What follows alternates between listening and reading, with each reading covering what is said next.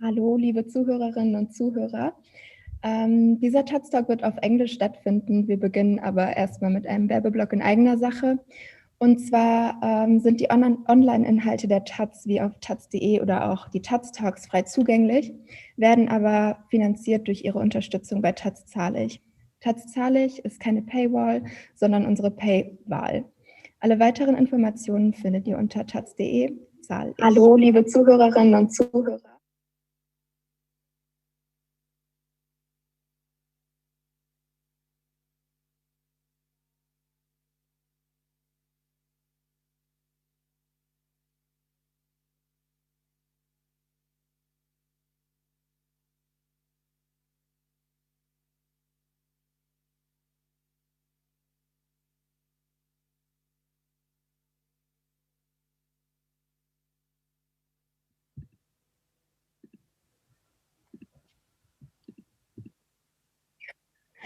Sorry, das war ein kleines technisches Problem, das wohl dazu gehört.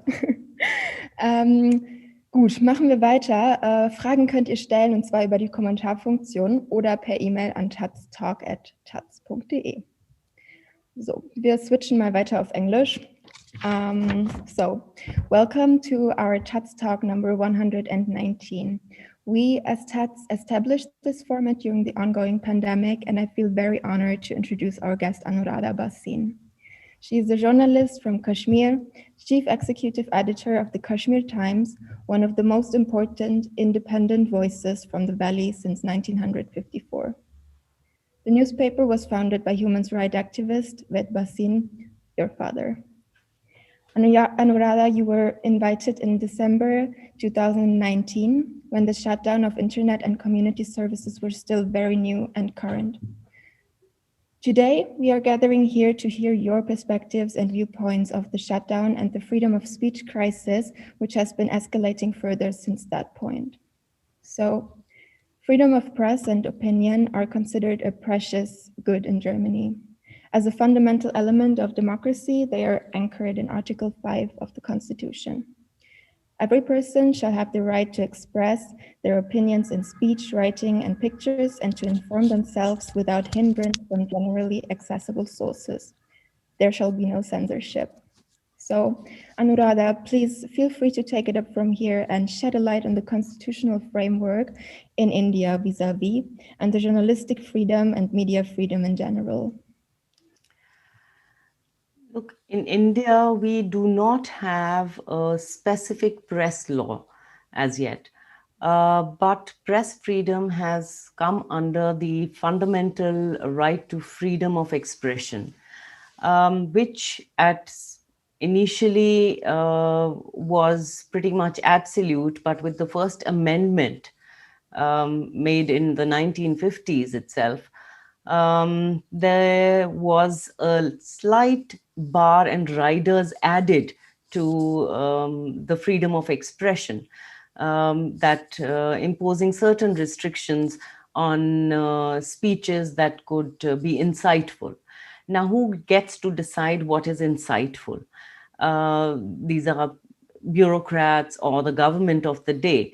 And so from time to time, successive governments in India have abused the freedom of expression using these kind of riders.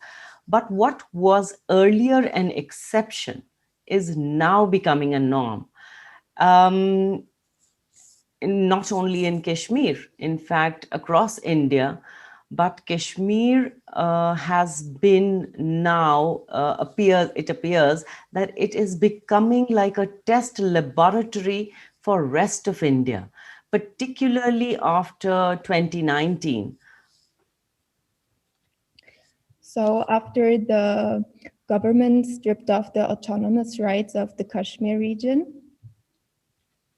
Yes, on August 5th, 2019, the special status was taken away and a complete lockdown was imposed, which was a virtual lockdown and a real lockdown. So the Indian government legitimized the communication lockdown due to riots it claimed were happening after stripping off the region's autonomy. What is your take on that? No, in fact, the government was in denial about any protests taking place in Kashmir. There were a few pockets where some people came out and protested, but that was as compared to previous years. The street protests were very, very minimal. The violence levels were very, very low. But then there was all the changes had taken place under very strictly enforced curfew like situation. In fact, a curfew, but an unannounced curfew, massive militarization, and restrictions imposed on the movement of the people, disallowing people to come out on the streets or assemble on the streets. Other than that, the communication ban was imposed, and for at least 1 month, even the fixed line phone lines were not working. Internet was shut for more than 6 months, and then there was a partial shutdown for another 1 year. The mobile phones were also banned and barred till October 13th, 2019. So, for the first 2 months, virtually the situation completely, the bans and the communication blockade, they completely paralyzed the local population. The government, in fact, justified the changes on grounds that this would end terrorism, and this would bring peace and development to the region. So far, the signs of which are yet to be seen. As far as restrictions were imposed on the press, or censorship, new forms of censorship that have come in ever since, there is a complete denial about that officially. Mm-hmm. Okay. So, how does one have to imagine the situation when the communication is made completely impossible? Like, what is your personal viewpoint on this? How? I mean, it was extremely difficult. It was so paralyzing. I never felt so frozen in my life as I did in August 2019, where where I was sitting. I'm based in Jammu, and Jammu was probably the only area, Jammu and a few surrounding districts of the Hindu majority part of Jammu region. The internet was working. The mobile phone internet was partially shut down, though. The mobile internet was shut, the mobile phones were working, and the landlines were also working. Some prepaid mobile phones were also not working. So there was, it did impact us. But, out of 14 million people of Jammu and Kashmir, at least 9 to 10 had been invisibilized in Kashmir Valley, in the Muslim majority hill districts of Jammu region. And this was frightening because it made my work as an editor impossible. When I cannot hear any voices, when I do not have information myself, how do I put information into the public domain? We were unable to publish our Srinagar edition. In fact, I had no communication with my own staffers in these areas. I didn't know about their well being, and knowing the history of Kashmir, which has been so turbulent, there were valid concerns about their safety as well. Um, it was what we started doing was, I mean, there were only the official statements that were coming, and the official narrative saying that things are okay, things are under the control. Now that's not very reassuring when you know what Kashmir is about. And there had been rumors in the preceding days about maybe there's a war, maybe there should be, people should stock up supplies and things like that. And that added to the anxieties. Neither we had our readership. Half of them have been more than half have been invisibilized, and we do not have the sources either. So it was just impossible to work around these restrictions for quite some time. I see. So, as a journalist, what were your next steps after the communication services broke off with your team? What steps did you take? I mean, first of all, I did two things. One, we have to carry on. And once you've decided that, how do you query out maximum information and get, voices other than the official voices? So we tried to, look at different information that was coming out, maybe in Delhi or foreign-based media who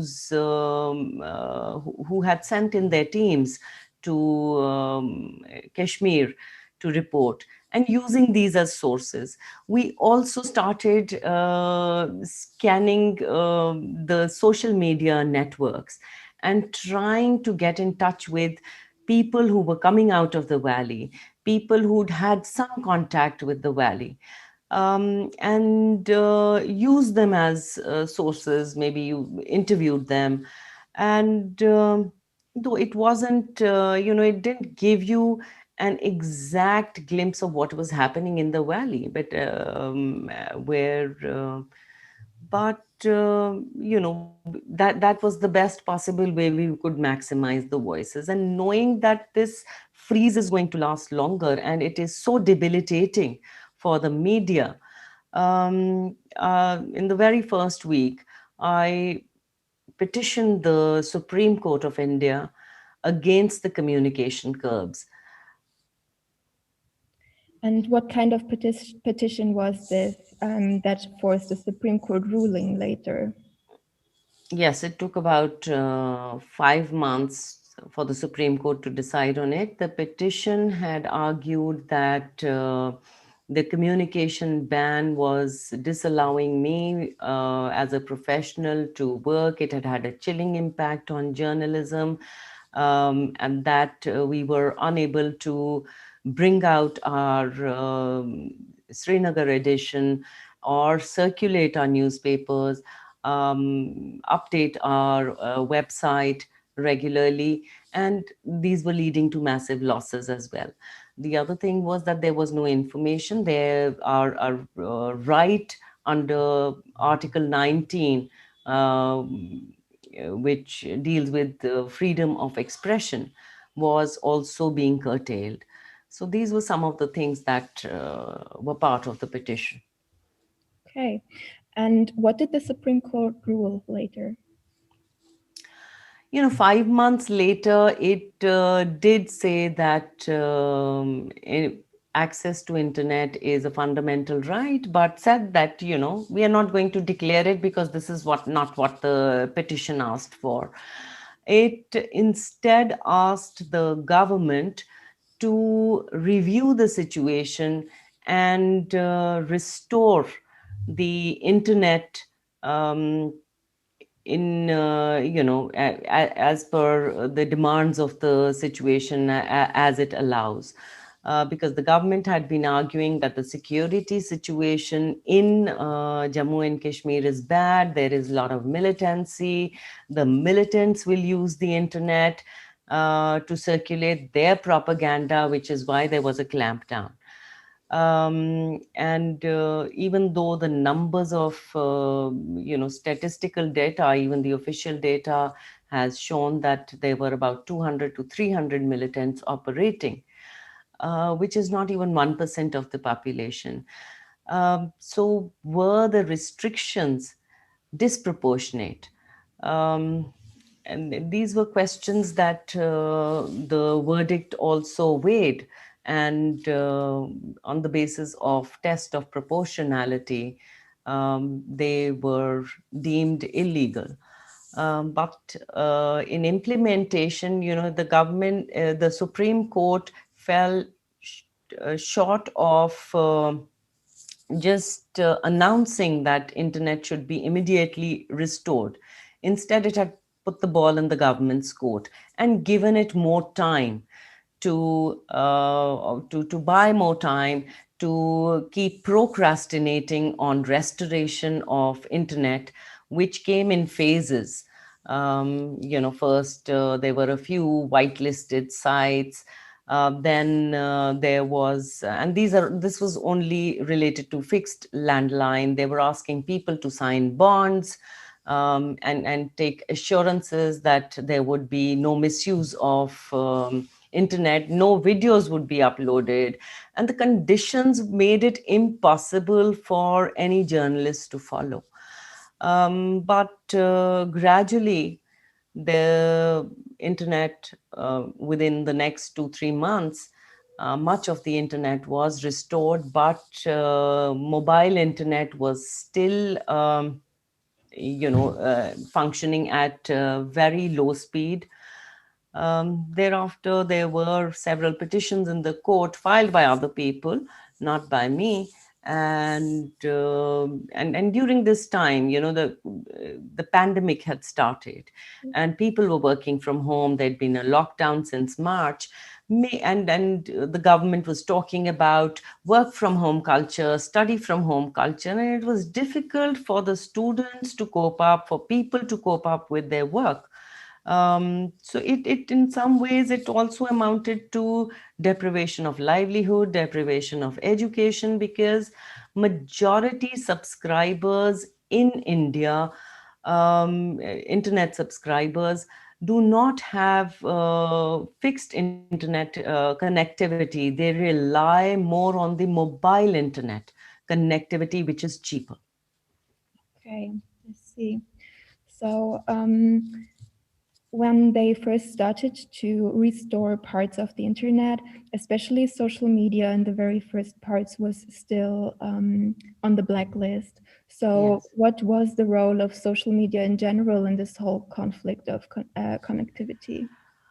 I mean, people usually see social media, and particularly in the last 10 years, since internet has been more widespread in Jammu and Kashmir, people see it as a tool of empowerment, not just as a tool of expression. Of course, a lot of people, particularly the youngsters, use it to vent out their anger.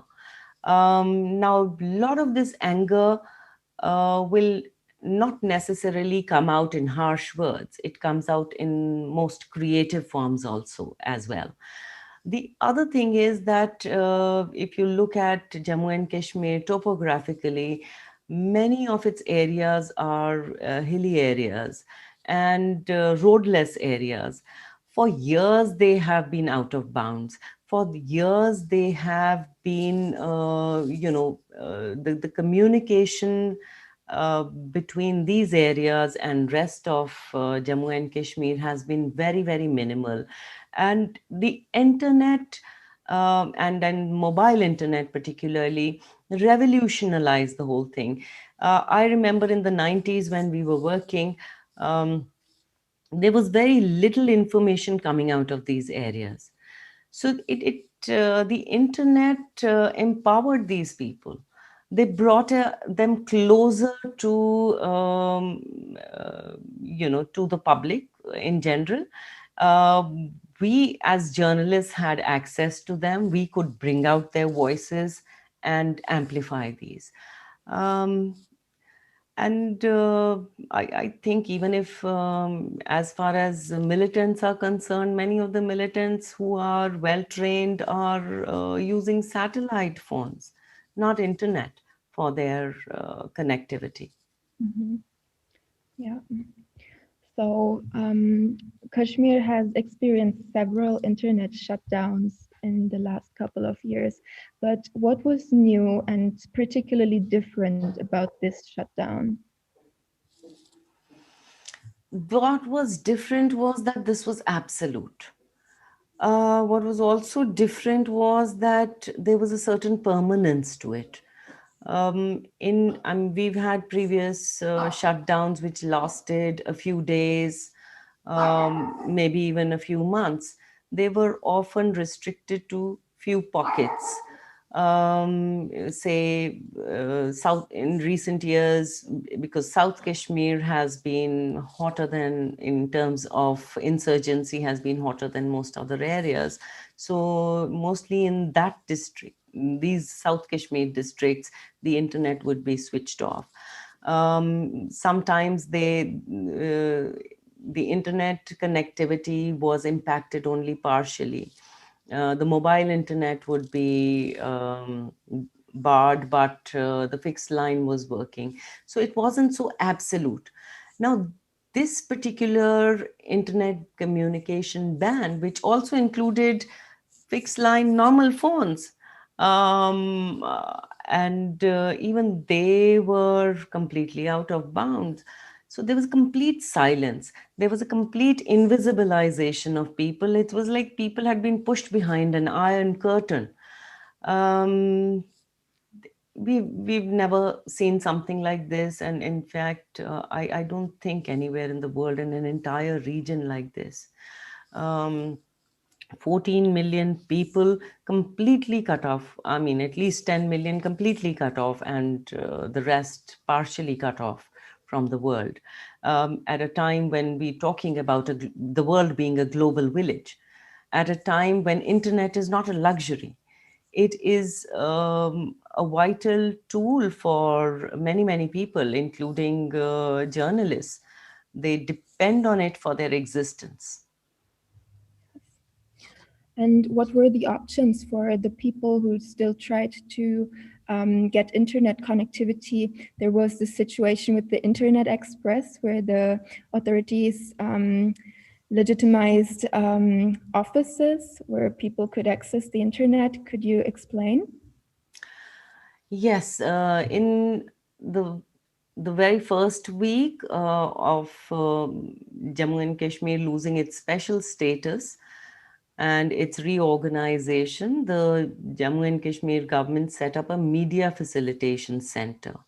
It was a small, shabby room.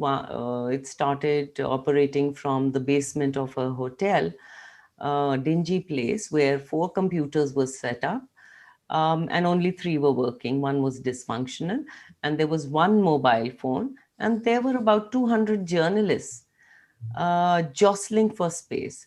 Now, this particular media center was operating officially at between 11 a.m. and 8 a.m.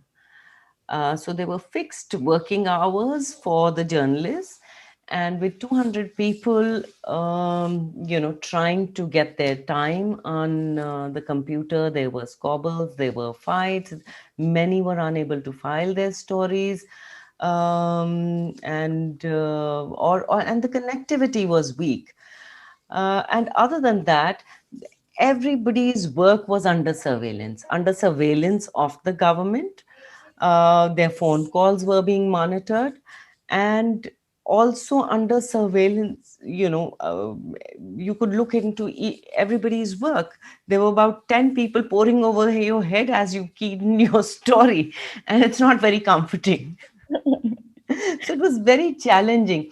And added to the, I think, the communication ban, what it also helped to do was not just push Valley into the silence, but it also, um, you know, um, created fear in their minds of the people about surveillance, about not having the freedom to work. And that is something that has now been deeply embedded. Yeah. So the press freedom situation from that point with the shutdown of the connectivity, it only started escalating in that way, right? So prior to this interview, you told me about the persecution of journalists in the valley. And the new media policy just seems to be a continuation of this ongoing persecution, isn't it? Right. With all these new methods of unannounced censorship, There was, I mean, because of the communication ban, because of putting your entire work on surveillance, imposing so many restrictions. Other than that, there were photographers and videographers who complained that their video footage and the cameras were being checked on the roads by the armed personnel, and their footage was being deleted. These were complaints that I heard of in the beginning few weeks, and in certain areas, journalists were not allowed to go, but many of them tried to circumvent their way and went about and did some stories. But by and large, there was a kind of self-censorship out of fear, and also out of the kind of restrictions that were imposed. The local newspapers were not publishing anything, but some reporters working for outside newspapers and magazines and foreign media brought out some chilling stories about torture, about detentions, even about routine life and how people were coping up with the kind of severe and stringent lockdown, how they were dealing with their health issues, how education had been impacted, how they didn't even get to know about the deaths and the births in the family. So there were some of these stories that came out, and the government was pretty uncomfortable with it. So from time to time, as these stories started appearing, there were ways that the government's security agencies resorted to, particularly the police, trying to arm twist journalists, trying to coerce them and intimidate them in various ways. The first of them was summoning journalists to police stations, and that policy continues. For any report that you do, with which anyone in the government could be uncomfortable with, you could get summons from the cyber police station, from any other police station, and be grilled to long hours of questioning, be intimidated with threats of criminal cases against them, and then some journalists were also slapped and beaten during these interrogation hours. That started then in after the COVID lockdown, as Kashmir transitioned from one lockdown to another, and which many Kashmiris call as a lockdown within a lockdown. The and this period also coincided with the return of the internet. Now, return of the internet, the government was pretty wary that the return would bring some level of confidence in the journalists, and they would be able to amplify their voices through the internet, upload their websites, etc., and send their stories without any hindrance. So the tactics became harsher. For instance, soon after this lockdown, 3 journalists were slapped with criminal cases, 2 under Unlawful Activities Prevention Act, which is an anti-terror law, for Facebook posts without specifying which particular post and what was objectionable. They were called for questioning, and this process now continues. And these cases, some of these cases were a precursor to the Media Policy 2020 that was announced in June 20, where, according to which, I mean, it's a draconian, Kafkaesque policy that, according to which a bureaucrat of the information department can decide what is fake news, what is plagiarism, and what can amount to harming the integrity and sovereignty of India. Um, and there would be no professional body or experts to vet what is fake news, what is plagiarism, what is a security threat. But any word that a journalist write could be deemed as objectionable, and that could invite some kind of a criminal case, and that has been happening ever since. So it makes it virtually impossible to do a story. There we've had multiple cases where journalists have been threatened or summoned to police stations. Many of them are unwilling to talk in public um, because of the psychological impact that it has had on their minds, the incident. And some of them have been also slapped with criminal cases for mere reporting. For like for instance, one journalist was called up because they had objections to the title of the story, which said something like, who's the real bully? Police, um, something monitoring Twitter accounts of Kashmiris, something like that, to that extent. I'm forgetting exactly, but and they objected to that. And titles are usually something that is the discretion of the editors. They summoned him to the police station, they intimidated him, abused him, slapped him, and probably vindicated what the title was. This is horrific, really. Like, if I may say, you seem very confident. Were there moments where you have been scared and in fear as well? All the time, all the time. But 2 years we've been grappling with what is happening, and of course, I think initially it was so frightening and chilling that I felt that we would never be able to survive.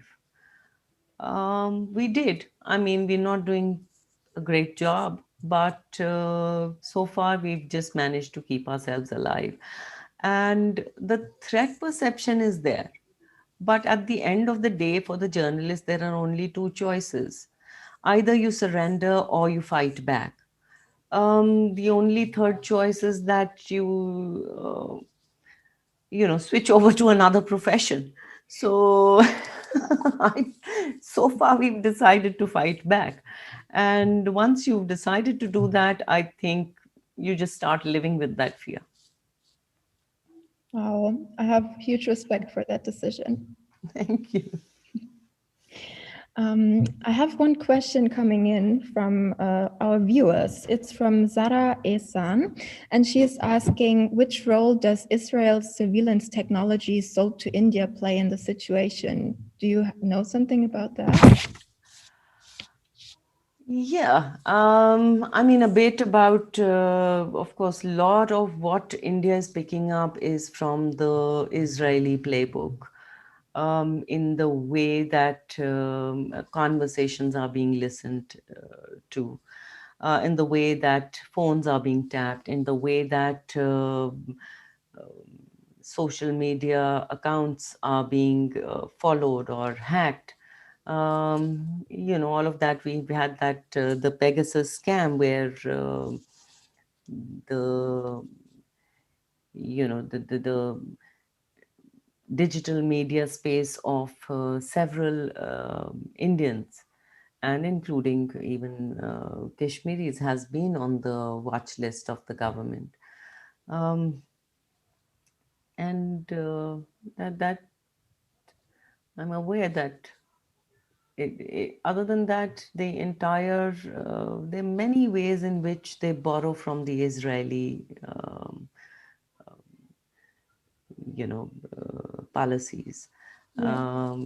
Particularly Israel, how it deals with its Palestinian areas, the Gaza Strip, is something that the Indian government wants to emulate in Kashmir. So let's get back to the coronavirus situation. The shutdown started in August, and in December, the pandemic started. What problems did the region face having an ongoing pandemic while communication is like shut down? You know, it was a major problem. It was much more, it was felt across India, and by Indian media, there were massive layoffs and all. But Kashmir particularly suffered because one, the internet connectivity was poor. Number two, Kashmir's media had been suffering for a long time, the past 3 decades, and particularly in the last 1 decade, there they'd already been going through, say, a financial crisis, particularly in our case. And since 2019 lockdown, the businesses had suffered more, and including the business side of the newspapers. So the survival of newspapers was already at stake. In our case, we were unable to continue our operation after the COVID lockdown started, and it was difficult to manage with also because there were a lot of rumors initially that the newspapers were a carrier of the COVID-19 virus, and so the hawkers refused to distribute it. Now, we could not afford to set up a parallel system of circulation, or go into printing um, just a few copies which we could manage to circulate, because the cost of production of newspaper is very high. So we shut down both our print and both the print editions of Srinagar and Jammu, but we continued with our online edition to keep it alive. But by the time things, the lockdown had restrictions had eased, and our staffers were able to commute more easily to the office. And this includes the technical staffers. I mean, reporters were, of course, out there, but our staff already had been scaled down because of all these lockdowns impacting our financial health. So by the time all these restrictions were eased, um, I think financially we were so down that we could only start one edition. And since our head office is in Jammu, we decided to resume the Jammu edition after a month or so. Um, and were hoping to resume the Srinagar edition as well. But that didn't happen. Okay. Your Srinagar office has also been sealed by government authorities. Yes, and that is also, that adds to our disability to resume the printing of our Srinagar edition. Our office was located in an area which is now called Press Enclave. It houses government buildings that have been given to newspaper offices or individual journalists for use, for their residential accommodation or for their offices. Though, I mean, I'm not, I wouldn't recommend that. It's a good thing that media persons who want to stay independent should be dependent on government facilities. But since the financial situation of many local newspapers, majority in fact, was not so great.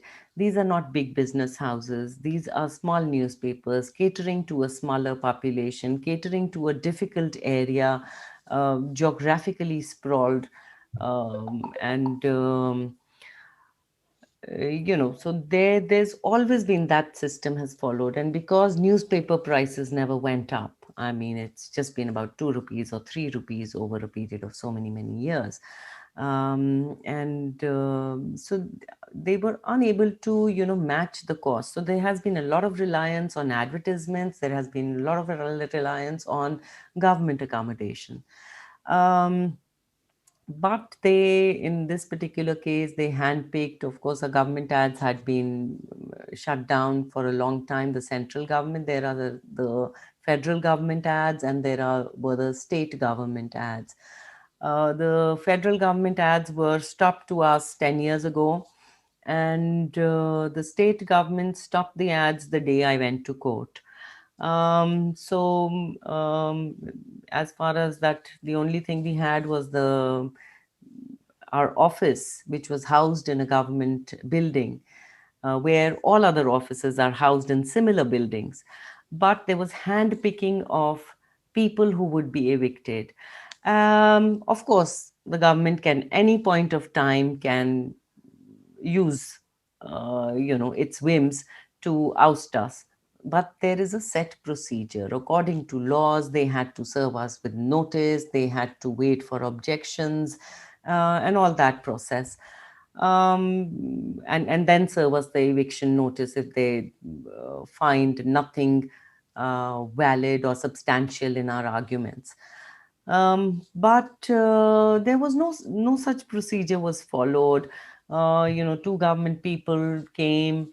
They just asked. It was a working office. Our staffers were working inside the office. They were asked to come outside, and they just came with big padlocks and put it on the door, and everything was sealed inside. And of course, only the building was theirs, but I mean, all the technical equipment, our entire infrastructure, our assets inside have also been taken away.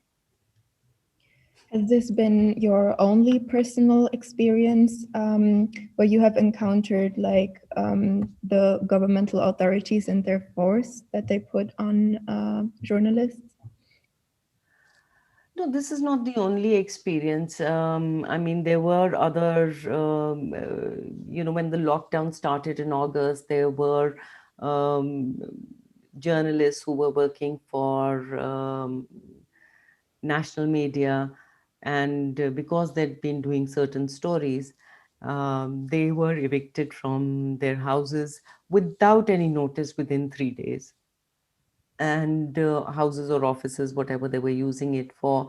And those were the days of the lockdown. So you didn't even get to know that this had happened. About that time that our office was sealed, another news agency, local news agency, they were served with an eviction notice. So that it's been going on. And of course, there are criminal cases being slapped. There are ways of intimidating newspapers, particularly that their advertisement revenue would be stopped. And there's a lot of reliance on the government ads because there hasn't been much of corporate ads. Not that it's a very good thing, but you know. So I think in some ways it's good because it gives us, it compels us to think of alternative ways of survival, of finding alternative financial resources to keep the newspaper industry going. And I think that search is still on. What is one of these alternatives that you have found for yourself? We're still searching, but there are, let's see, it's a difficult area, it's a difficult place where I think now we have to tread cautiously also. Not only in terms of the content we use, not that we surrender, but we become extra cautious in the kind of words we use, how we say things. We say what we were saying earlier, but maybe saying it a little differently. But other than that, I mean, even planning something, if there are, always these fears that if we try something with a bang, so you have to go slow, is what I meant by cautious. If we start with a bang, there's going to be a backlash. Um, so that's something that makes my task much more difficult. And right now, I mean, I can only say this, till we really get there. Mhm. I see. Um, did you personally experience the authorities search your home? I read that. Um,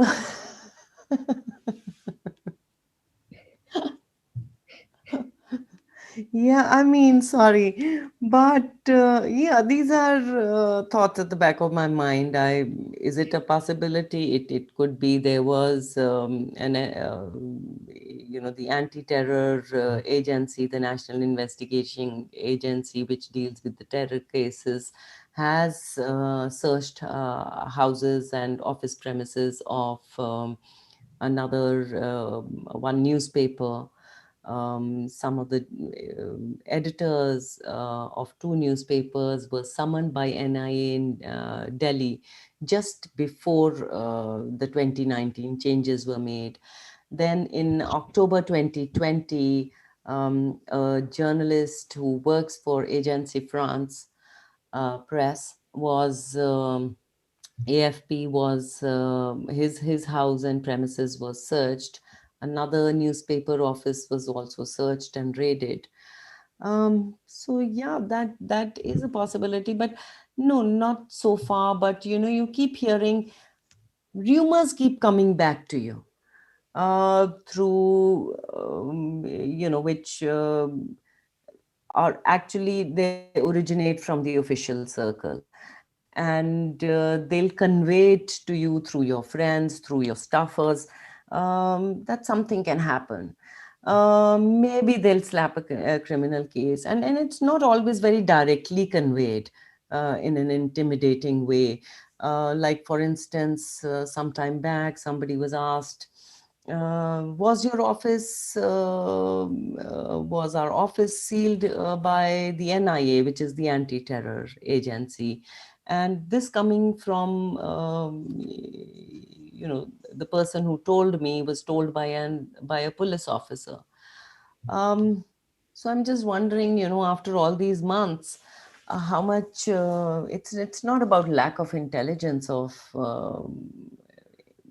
feedback of the police. It's more about conveying to me that this is also what they can do. Um,